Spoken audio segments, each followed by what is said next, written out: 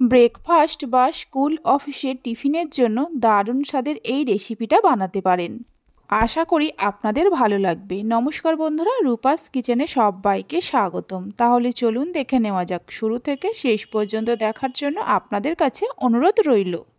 প্রথমে গ্যাসের ওপর একটা প্যান বসিয়ে প্যানের মধ্যে দিয়ে দেব অল্প করে সাদা তেল। তেল গরম হলে দিয়ে দেব হাফ চামচ গ্রেট করা আদা, দিয়ে দেব হলুদের গুঁড়ো, লঙ্কার গুঁড়ো আর জিরে গুঁড়ো। সব কিছু আমি 1 চামচে 3 ভাগের 1 ভাগ করে নিয়েছি। মিডিয়াম ফ্লেমে 10-12 সেকেন্ডের মতো ভেজে নেব। মশলা ভেজে নেওয়ার পর দিয়ে দেব কেটে রাখা আলু আর ফুলকপি। একটা ছোট সাইজের ফুলকপিকে আর একটা মিডিয়াম সাইজের আলুকে এই রকম ছোট ছোট করে কেটে আগেই ধুয়ে রেখেছিলাম। ফুলকপি আর আলুকে মশলার সঙ্গে মিনিট 4-5 সময় ধরে ভেজে নেব। আলু ফুলকপিকে কিছুক্ষণ ভেজে নেওয়ার পর এর মধ্যে দিয়ে দেব স্বাদ মতো নুন। নুনটা মিশিয়ে নিয়ে দিয়ে দেব অল্প করে জল। আলু আর ফুলকপিকে আমি একদম ছোট ছোট করে কেটেছি, তাই সেদ্ধ হতে খুব বেশি সময়ের প্রয়োজন পড়বে না। জল দিয়ে জলটা মিশিয়ে নিয়ে গ্যাসের ফ্লেমটা একদম লোতে করে মিনিট 5-6 সময়ের জন্য ঢাকা দিয়ে রান্না করে নেব।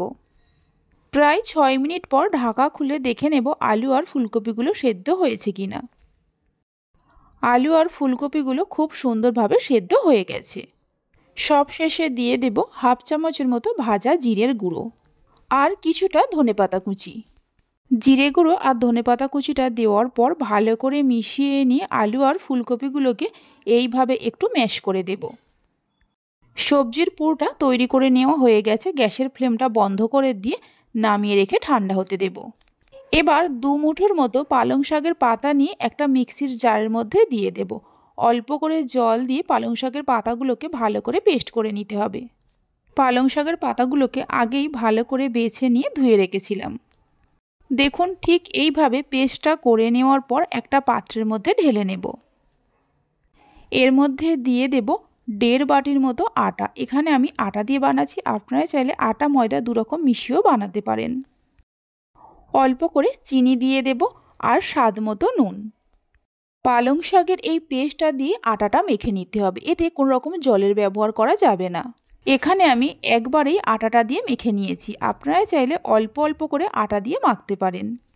আটার ডোটা তৈরি করে নেওয়ার পর মিডিয়াম সাইজ করে লেচি কেটে নেব। লেচিগুলো কেটে নেওয়ার পর একটা করে লেচি নিয়ে প্রথমে গোল করে নেব, তারপর ময়দার মধ্যে কোট করে গোল রুটির মতো করে বেলে নিতে হবে। যতটা সম্ভব পাতলা করে বেলা যায় বেলে নিতে হবে। দেখুন ঠিক এরকম বড় আর পাতলা করে বেলে নিতে হবে। এবার যে আলু ফুলকপির পুরটা তৈরি করে রেখেছিলাম এর মাঝখানে কিছুটা করে দিয়ে দেব। পুরটা আপনারা কম বেশি করে দিতে পারেন। পুরটা দেওয়ার পর রুটিটার চারিদিকে গোল করে জল লাগিয়ে দেব, এতে পরোটাগুলো ভাজার সময় আর খুলে যাবে না।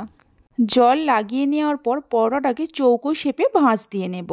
এইভাবে একবার পরোটার রেসিপিটা বাড়িতে বানিয়ে দেখতে পারেন। আশা করি ছোট থেকে বড় সকলে খুবই পছন্দ করবে। আর বাড়িতে বানালে খেয়ে আপনাদের কেমন লাগলো অবশ্যই আমাকে কমেন্ট করে জানাবেন। চৌকো শেপে ভাঁজ দিয়ে নেওয়ার পর ভালো করে একটু চেপে চেপে দেবো, যাতে পরোটা ভাজার সময় খুলে না যায়।